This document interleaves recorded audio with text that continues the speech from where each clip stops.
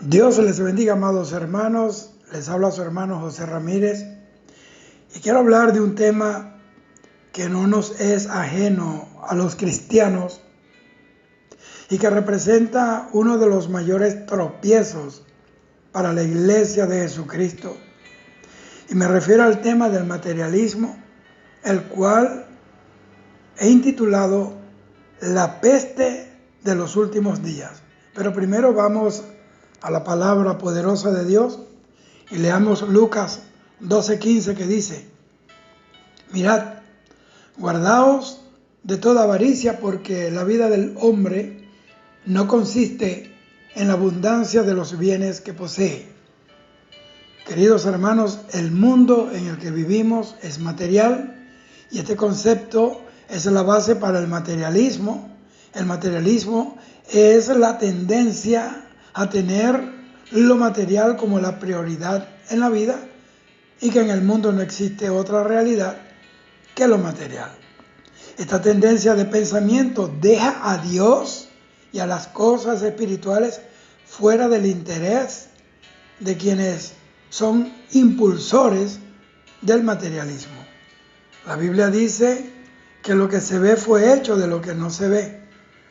Esto quiere decir que si las cosas físicas y materiales son reales para la gente porque pueden verlo, sentirlo y palparlo, entonces el mundo espiritual es más real que el natural, que el físico, que ese mundo que se puede ver. ¿Por qué? Porque si lo que se ve es real, más real es lo que no se ve, de donde salió lo que se ve. Pero eso solo puede ser creído y aceptado a través de algo que el mundo natural no tiene y se llama la fe. Eso lo dice Hebreos 11:3. Por la fe entendemos haber sido constituido el universo por la palabra de Dios, de modo que lo que se ve fue hecho de lo que no se ve.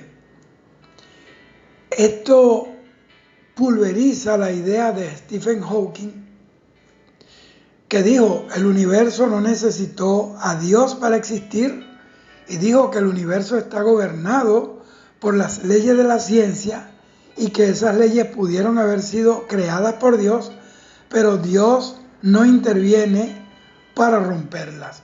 Mire, Dios hace lo que le venga en gana. Él es Dios. La soberanía de Dios es incuestionable, indiscutible. Él es el rey del universo.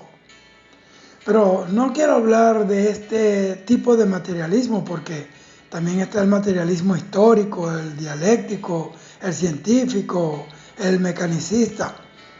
Y para hablar de este tema, yo acudo a las Sagradas Escrituras, porque son las que contienen la verdad absoluta de todas las cosas, todos los temas, ya sean espirituales o materiales. Y entiendo que una de las mayores amenazas para nuestro caminar con Dios es precisamente la trampa del materialismo. Es que estamos en los días previos a la venida de Jesucristo y es imposible no notar el peligro de esta seducción satánica que ha entrado en el seno mismo de la iglesia del Señor Jesucristo.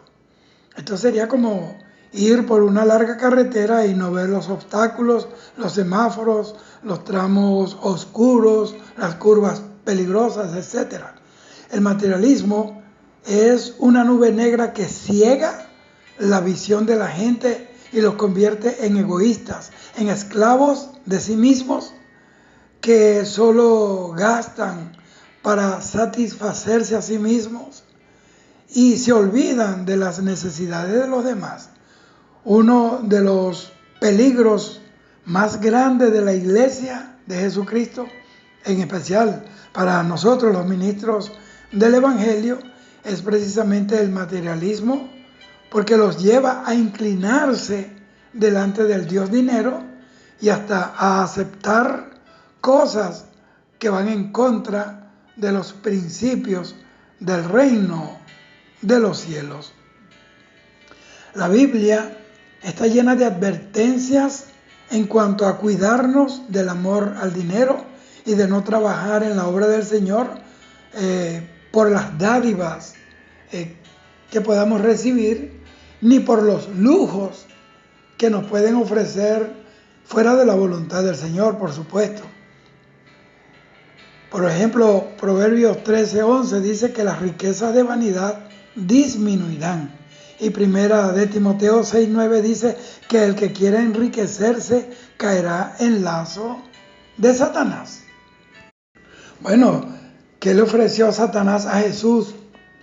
En la tentación le ofreció fama, vanagloria, prestigio y sobre todo las riquezas de este mundo. Y lamentablemente son muchos los creyentes que han sucumbido ante la tentación de las riquezas y del amor al dinero, que no es otra cosa que la vida de la iglesia de la Odisea en el día de hoy. Ese es el espíritu de la Odisea en la iglesia de hoy. Esa iglesia amadora de riquezas, soberbias, altivas, que dijo: yo soy rica y me he enriquecido y de ninguna cosa tengo necesidad. Eso es lo que vemos hoy.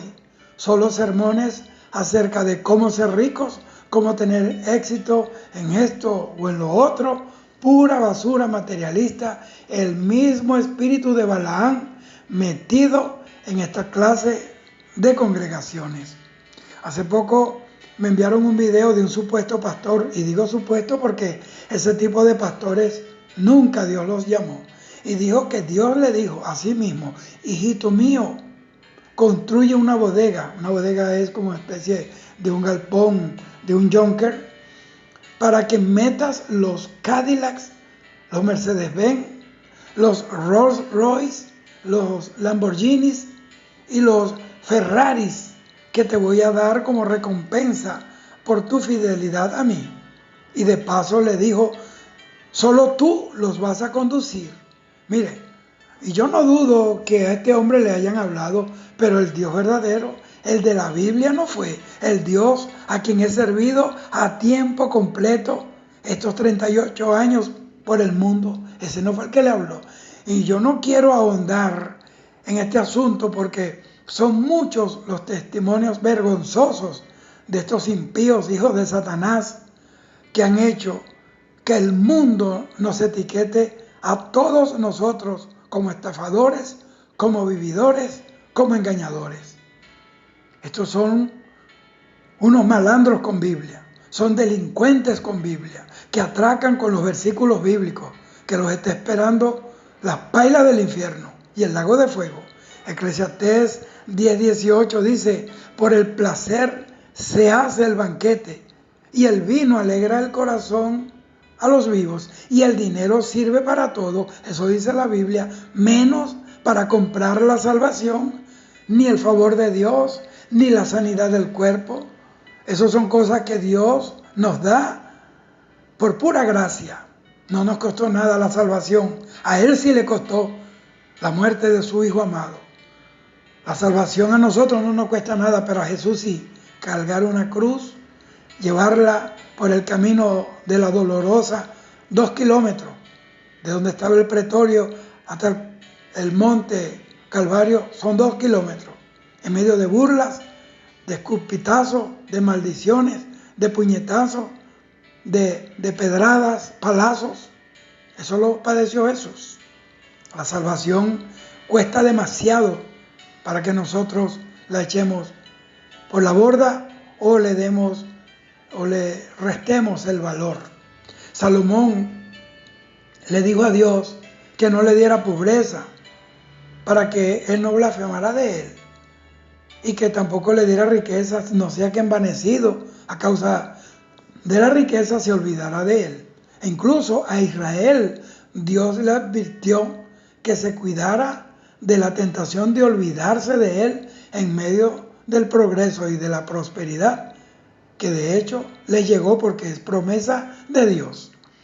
Esto está en Deuteronomio 8, del 10 al 12, que dice: cuando hayas comido y te hayas saciado, alaba al Señor tu Dios por la buena tierra que te ha dado. Ten cuidado de no olvidar al Señor tu Dios, y de no cumplir sus mandamientos, sus leyes y sus decretos que yo te estoy dando en este día. Y les advirtió también de no robarle la gloria a Dios que los había prosperado. Y eso está en el versículo 17 y 18, que dice así: y digas en tu corazón, mi poder y la fuerza de mi mano me han traído estas riquezas, sino cuídate de Jehová tu Dios, porque Él te da el poder para hacer estas riquezas a fin de confirmar su pacto que juró a tus padres, como en este día. Pero precisamente en este punto es en el que se encuentran multitudes de cristianos en el día de hoy. El propósito de recibir bendiciones financieras y materiales es para ayudar a los más necesitados. Ese fue el ejemplo que nos dio la iglesia de Pentecostés, donde vendían sus propiedades, las colocaban a los pies de los verdaderos apóstoles.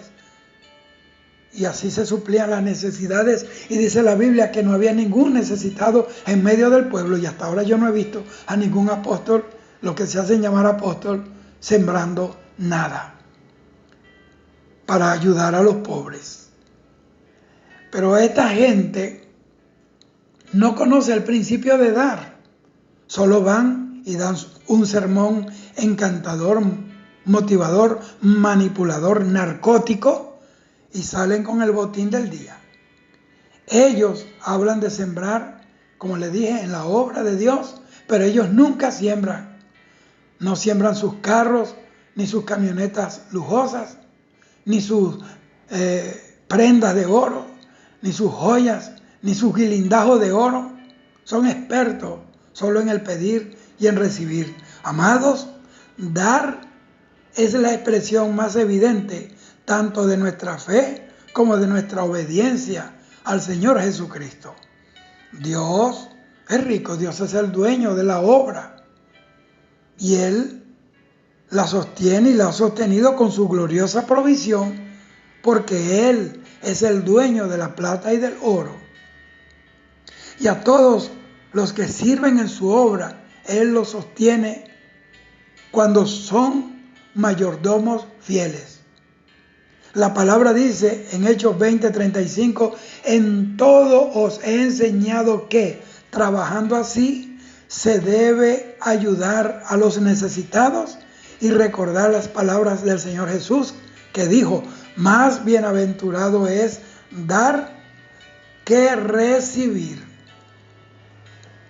Pero estos son mayordomos infieles, que sacan provecho de la misericordia y de la bondad de Dios y convierten a los creyentes en su gallina de los huevos de oro, esclavizándolos con promesas, pactos y siembras de dinero. He visto con dolor cómo existe en la actualidad una alianza entre los gobiernos de turno, los políticos, la industria, los empresarios y la religión. Y es innegable que muchos ministros evangélicos han caído en esta comparsa maligna y blasfema. Cuando veo a ministros de Dios, cristianos evangélicos, abrazándose con políticos, tomándose fotos y sacándose selfies con políticos que tienen el testimonio de corruptos e inmorales e incluso de caminar en el ocultismo, eso me rompe el corazón. Y muchos se han atrevido a hacer negocio con los políticos en tiempos electorales, entregándole a los creyentes como una cosecha de votos. Estos algún día darán cuenta a Dios por lo que están haciendo. Y los que siempre salen beneficiados de este jaleo son los predicadores del éxito, cuya base doctrinal siempre es la falsa prosperidad. Algunos han desarrollado negocios prósperos con su mensaje de falsa prosperidad y muchos incluso son dueños de sistemas de comunicación, de radio, de televisión. ¿Para qué? Para recaudar cifras millonarias en sus maratónicas varias veces al año. Este método de hacer dinero con la Biblia y con el nombre del Señor es tan vergonzoso, es tan vulgar y descarado que han dado a los enemigos de Dios, a los ateos, a los que persiguen el Evangelio, le han dado razones para despotricar, para blasfemar, para vomitar su odio contra la obra del Señor Jesucristo. Incluso muchos han sido llevados a juicios en varios países por corrupción, por falsos. Muchos están presos y el testimonio de Cristo arrastrado. Amados hermanos, y tú, amado predicador, ministro del Señor, tú no tienes que vender la palabra ni venderte al mejor postor para alimentar tu familia y mantener tu hogar, porque Dios ha prometido sostenernos y quizás no tendrás millones ni lujos, pero la bendición estará sobre ti y sobre tu casa. Tus hijos crecerán bajo la protección de Dios.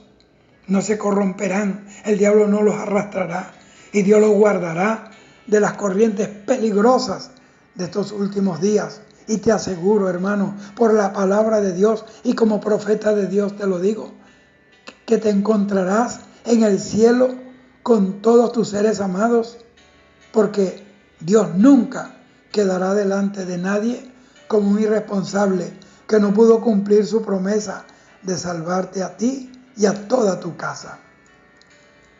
Dios es la máxima autoridad en el universo, y el que no confía en sus promesas es porque no ha entendido o no ha aceptado esta verdad eterna.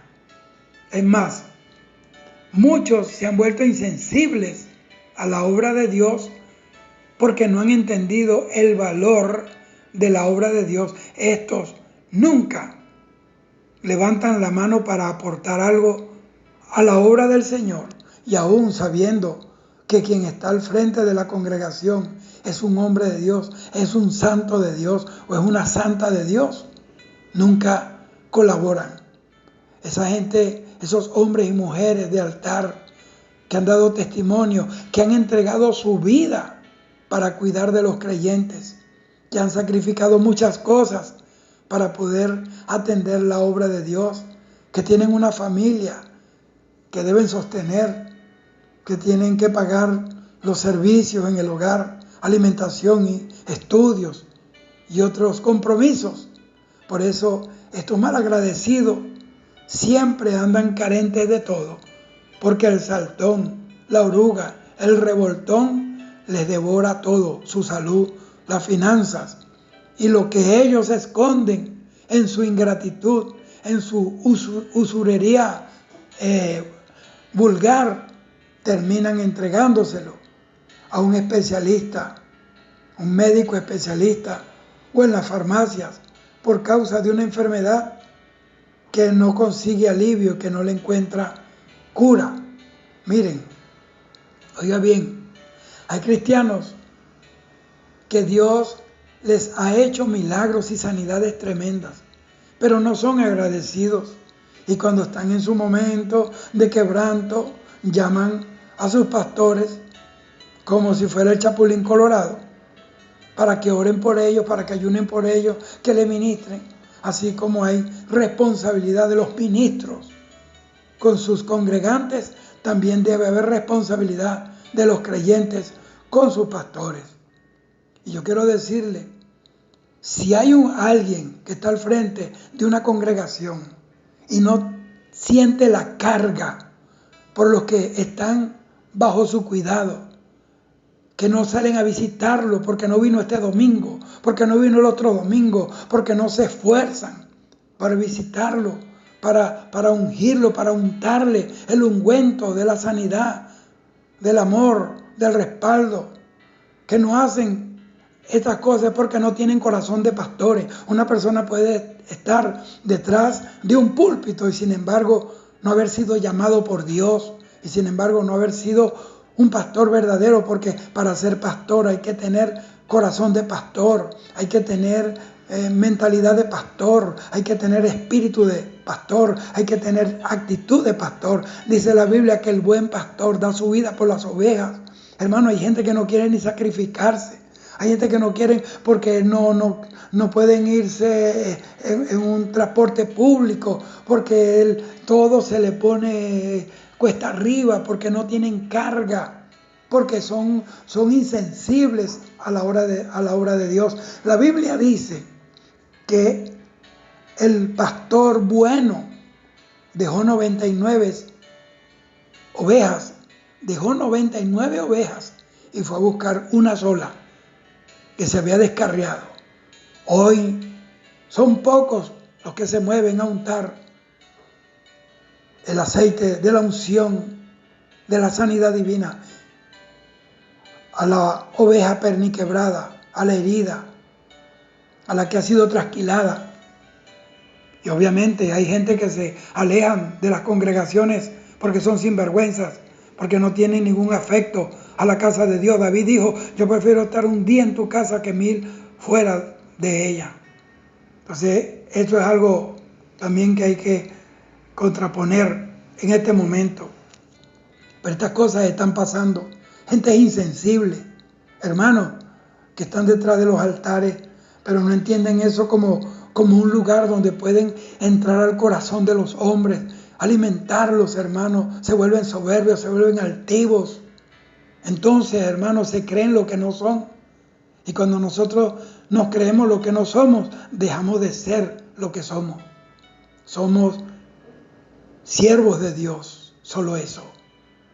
Instrumentos en sus manos.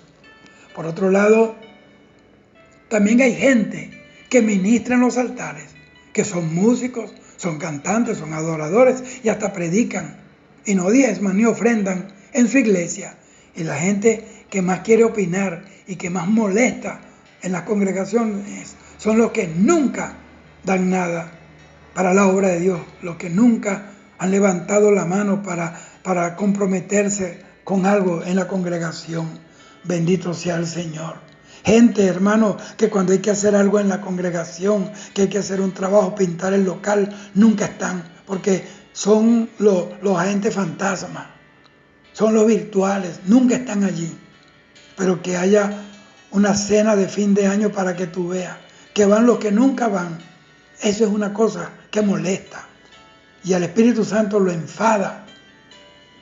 Entonces, ya esto es otro extremo de este tema que estoy hablando. Mire, Charles Spurgeon, el príncipe de los predicadores, dijo: creo que es anticristiano e impío para cualquier cristiano vivir con el objetivo de acumular riquezas. Usted dirá, eso es lo que dice él. No se supone que debemos esforzarnos todo lo que podamos para conseguir tanto dinero como podamos. Spurgeon le dije, pudiera ser y pudieran hacerlo. Y no me cabe duda que al hacerlo usted puede servir a la causa de Dios, puede aportar. Pero lo que dije es que vivir con el objetivo de acumular riquezas es anticristiano. Más claro, no se lo puedo decir. El evangelio que se está predicando en muchas iglesias en el día de hoy, en el mundo entero, es un evangelio comercial, mercantilista, de trueque, donde te dicen: tráeme tu siembra, tráeme tu dinero y te llevarás mi unción, te llevarás el milagro, el poder, la palabra revelada, te llevarás mi manto. Bendito sea el Señor. Qué tanta basura, hermano, qué tanta basura se ha metido en el pueblo de Dios, hermano. Nosotros somos los llamados a limpiar el altar, a limpiar la iglesia, mi hermano. Y si comencemos a limpiar la iglesia, que si se van estos irresponsables, que se vayan, que Dios va a traer gente nueva. Van a hacer la grama nueva. Bendito sea el Señor. Esta iglesia y estos ministros a los que yo me refiero, ustedes lo pueden distinguir, discernir por el tipo de mensaje que predican y sobre todo por su doctrina de decláralo y arrebátalo. O como el que vi hace poco, uno diciendo al pueblo, písalo y arrebátalo.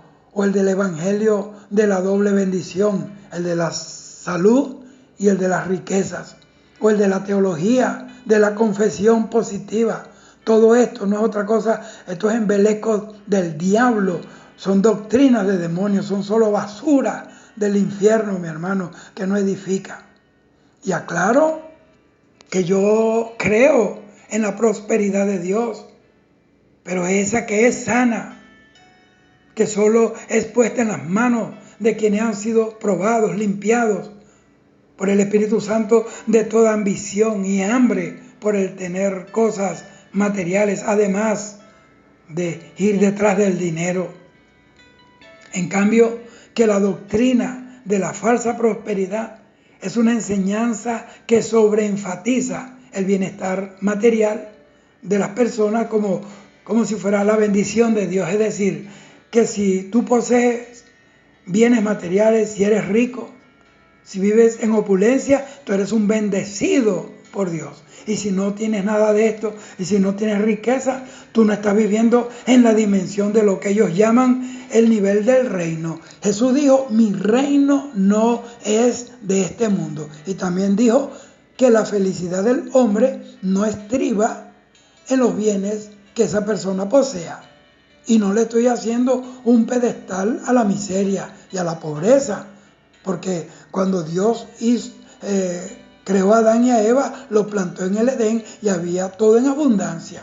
Incluso había un río que Él lo dividió en 4 brazos y los llenó de oro. En las calles del cielo son de oro. Dios es rico. Fíjese, yo no me refiero a eso. Lo que quiero decirle es que muchos, por correr detrás de las añadiduras y del mensaje de añadidura, han perdido su interés por correr detrás del reino de Dios y de toda su justicia. Eso es lo que en realidad yo quiero decir. Bendito sea el Señor. Pablo dice en 1 Timoteo 3:3 que los ministros que son llamados por el Señor no deben ser codiciosos de ganancias deshonestas. Hay gente callando un pecado por causa de una serie de billetes o de dinero que ponen en sus manos. Cuando ponen dinero en sus manos o dádiva, enseguida la boca se cierra, la lengua se paraliza.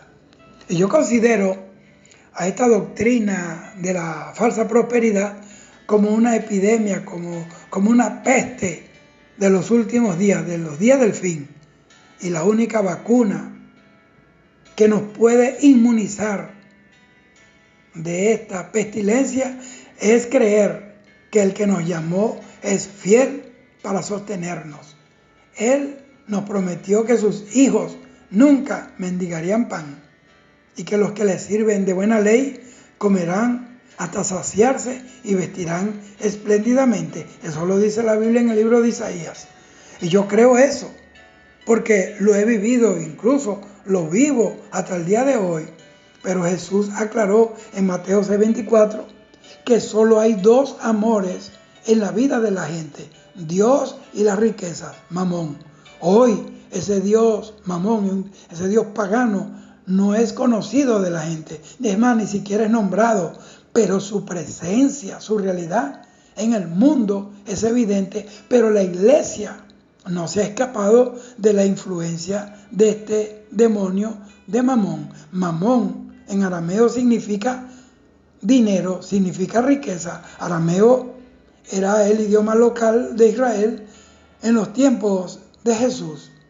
Pablo dice en 1 Timoteo 6:9 que el amor al dinero es lazo del diablo. Y en el Salmo 91:3 dice, Él te librará del lazo del cazador. Y según la advertencia de Pablo al pueblo, el amor al dinero, este falso evangelio de la prosperidad, es el lazo más efectivo que Satanás está utilizando en estos días del fin. Y yo creo, debido a los tiempos malos en los que vive la humanidad, entre virus, pandemias, violencia, corrupción política, enfermedades, desempleo, inflación, etcétera, son estos los elementos que han incubado en el corazón de las personas el deseo de buscar desesperadamente la solución de los problemas de su vida. Y esto les ha llevado a sentirse identificados y atraídos por este falso evangelio de la prosperidad. A ellos les parece que han llegado a la tierra, o a la iglesia tierra prometida, en donde todo lo que escuchan es decláralo, recíbelo, pídelo, sin considerar la voluntad soberana de Dios. Y yo creo que estos predicadores de la falsa prosperidad son explotadores de los pobres, de esos que tienen tanta carencia en el alma, que salen como limosneros a buscar quién les puede dar esperanza. Mientras los explotan, cada día ellos van acumulando más riquezas. ¿Qué pecado tan grande tienen esta gente delante de Dios? ¿Por qué? Porque pecar contra el hombre es pecar contra Dios mismo. Y yo, como predicador, he convivido con personas en miseria y Dios los ha levantado de la miseria, les ha dado identidad y le ha dado lealtad a su palabra, por lo que tienen asegurado por Dios mismo que nunca se acostarán sin comer. Y si eso llega a pasar, será por alguna sabia razón de Dios. Bendito sea el Señor. Si usted va, por ejemplo, a Haití, encontrará a un pueblo viviendo en los escombros de la miseria y caminando sobre una tierra entregada a Satanás por François Duvalier, en donde el vudú y el ocultismo más crudo son la orden del día y son una realidad. Pero en medio de esa realidad también he visto a una iglesia viva que se ha levantado de en medio de los esclavos de Satanás, de esos brujos y expertos en vudú y magia negra que le hacen la guerra. Pero allí ellos están creciendo, allí el Espíritu Santo está moviendo su gloria. Allí no se pueden enfrentar a estos endemoniados ni a esos demonios de alta jerarquía con una chequera ni con una declaración positiva, sino con el poder libertador del Espíritu Santo y viviendo en santidad e integridad delante de Dios y delante de los hombres, porque Satanás y los demonios saben quién es quién. Aquellos 7 hijos de un tal Ezeba eran, según la Biblia los cataloga de exorcistas ambulantes. Fueron a echar fuera un demonio de un hombre y dijeron: te echamos fuera en el nombre de Jesús, ese que predica Pablo. Y el demonio le dijo: sabemos quién es Jesús y a Pablo conocemos, pero ustedes quién demonios son. El demonio cayó sobre ellos, los hirió y salieron heridos, desnudos y avergonzados. Entonces, mire, hay unos pilares sobre los que descansa la doctrina de la prosperidad financiera, esa falsa. Primero, la declaración de la palabra. Esto es una verdad tergiversada de estos falsos maestros. ¿Por qué? Porque es cierto que la palabra de Dios dice que cercana de nuestra boca está la palabra de fe, y que también dice: pedid y se os dará. Ellos dicen que si reclamas algo, lo declaras, lo estableces, lo decretas, entonces es tuyo, lo recibirás así, como si fuera un abracadabra, pata de cabra. Y entonces, malentendiendo esta promesa de la Biblia, ellos piden más riqueza, más autos de lujo, autos de última gama, mansiones, yates, aviones y ya. Y eso es todo. Pero eso sí, no es gratis. Hay que alegrarle el corazón a Dios llevándole una buena ofrenda a Él, pero poniéndola en las manos de los administradores del reino. ¡Qué barbaridad! ¡Qué tremendo, mi hermano, donde estamos viviendo nosotros! Cristo está a la puerta. Miren, si esto fuera así, que todo lo que hablemos será hecho, entonces Dios perdió su soberanía, porque ya no sería Él quien gobierna todas las cosas, sino nosotros. Y no todos podemos tener lo que queremos. ¿Por qué? Porque Dios es soberano y Él gobierna con sabiduría y Él sabe lo que es mejor para nosotros, lo que nos conviene y lo que no nos conviene. Yo vi, y nadie me lo contó, a un supuesto pastor que se puso él mismo de pastor. Dios no lo llamó. Él dijo que iba a hacer una fogata un día X determinado en el altar de la iglesia y que de los carbones que resultaran de la quema de la madera iban a sacar diamantes y serían la iglesia de los millonarios de la nación. Usted ha visto semejante disparate y semejante loquera.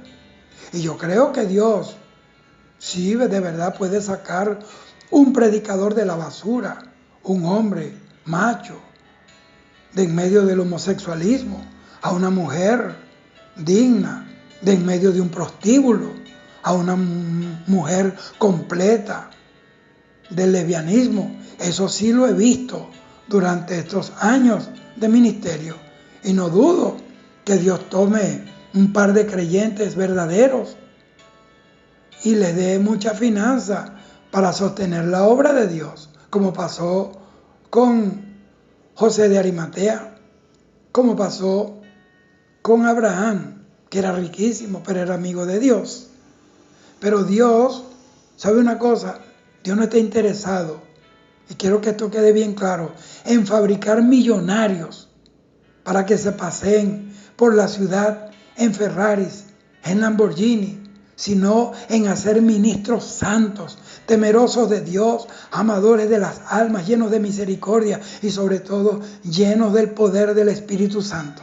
Amados, yo dejé mi carrera desde el mismo momento en que el Señor me llamó para que le sirviera. Allí Él me llamó al lugar de mi trabajo y lo dejé todo por Él. Y hasta el día de hoy me ha sostenido, me ha llevado por su gracia de la mano por 3 continentes predicando su palabra.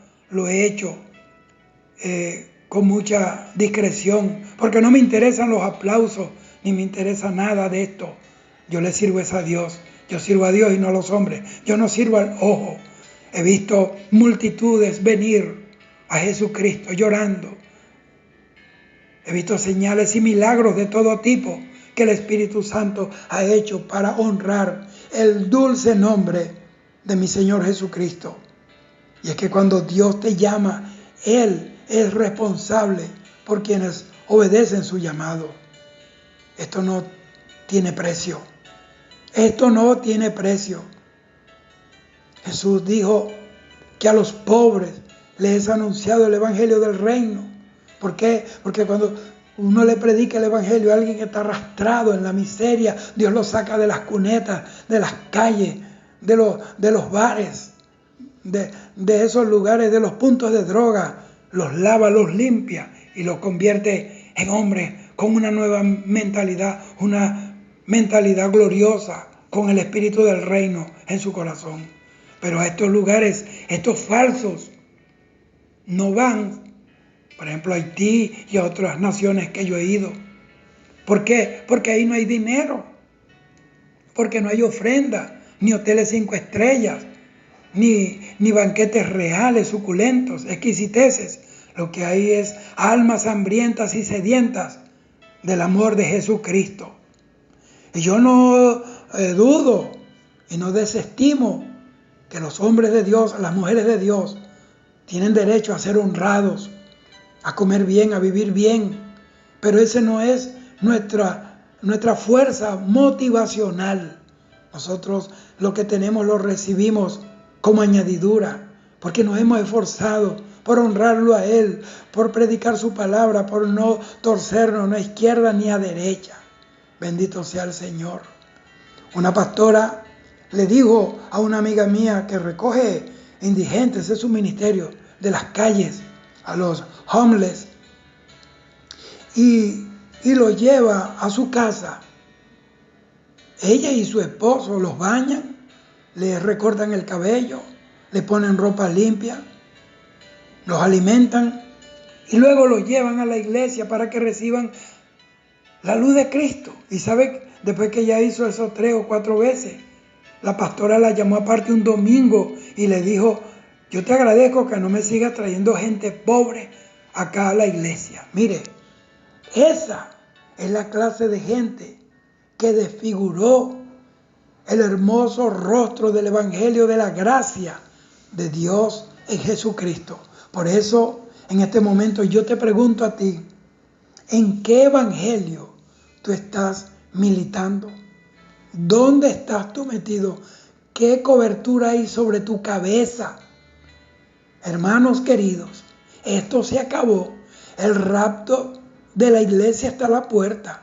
Yo hace como 3 o 4 meses atrás, yo estaba orando y tuve una experiencia con el rapto. Yo oí las trompetas y vive Jehová Dios en cuya presencia estoy. Vive el Espíritu Santo delante de quien yo no miento. Y yo subí al cielo. Mi cuerpo no era de carne, era de luz blanca. Mi ropa que yo tenía en la visión, en esa experiencia, no era la misma ropa con la que yo estaba vestido en el momento que estaba orando. Era ropa resplandeciente. Y yo llegué, vive Dios, hasta las murallas del cielo. Y el Señor me dijo: mi siervo, esto está muy cerca de que suceda. Dilo a mi pueblo que el arrebatamiento está a la puerta y que muchos se van a quedar por haber jugado con el pecado, por haber coqueteado con el mundo, por haber tergiversado mi palabra, por haberse mezclado con la política y con los embelecos de la tierra. Hermanos, esto está a la puerta. Cristo está a la puerta, hermanos. Un día de esto vamos a abrir los ojos. Nos acostaremos y abriremos nuestros ojos o en el cielo o en la gran tribulación. Otros van a abrir los ojos en el infierno, si los sorprende la muerte en el pecado. Por eso dale la gloria a Dios si tienes a un hombre o una mujer de Dios al frente, cubriéndote, no solamente con la palabra, con su testimonio, con la unción que ha recibido. Estos son los que se han esforzado por servir. Obviamente también hay gente floja, que no, cuando no las cosas están mal, entonces toman una maleta, un par de camisas y 2 corbatas y salen por ahí diciendo que son evangelistas, que son esto y son aquello, avergonzando el evangelio. Gente que nunca han trabajado, que no saben lo que es hacerse un callo en las manos, que nunca han trabajado. Y la Biblia dice que el que no provee para los suyos, para su propia casa, es peor que un incrédulo y ha negado la fe. Sí sé que hay falsos, hay gente que viven de esto, que son vividores, que han engañado porque son flojos, porque no se prepararon para la vida. Entonces han tomado la iglesia de Cristo como que si esto fuera el sindicato de los desempleados. Dios nos llama vagos. Usted lee la Biblia, ve que todos los que Dios llamó eran trabajadores. Unos eran pescadores, es un trabajo duro. Otros eran agricultores, otros eran empresarios del campo. Mire, Dios nunca llamará a un vago, a un flojo. Porque la Biblia dice en Proverbios 19:15, la pereza hace caer en profundo sueño y el alma negligente padecerá hambre. Pero hay gente trabajando a brazo partido, a tiempo y fuera de tiempo, llevando el evangelio de Cristo y sosteniendo con la fuerza que recibe de Dios un pueblo que Dios ha puesto en sus manos. Así que, hermanos queridos, es tiempo de limpiarnos, santificarnos, porque el Señor está a la puerta, el rapto de la iglesia está a la puerta. Dios te bendiga hoy, mañana y siempre. Shalom.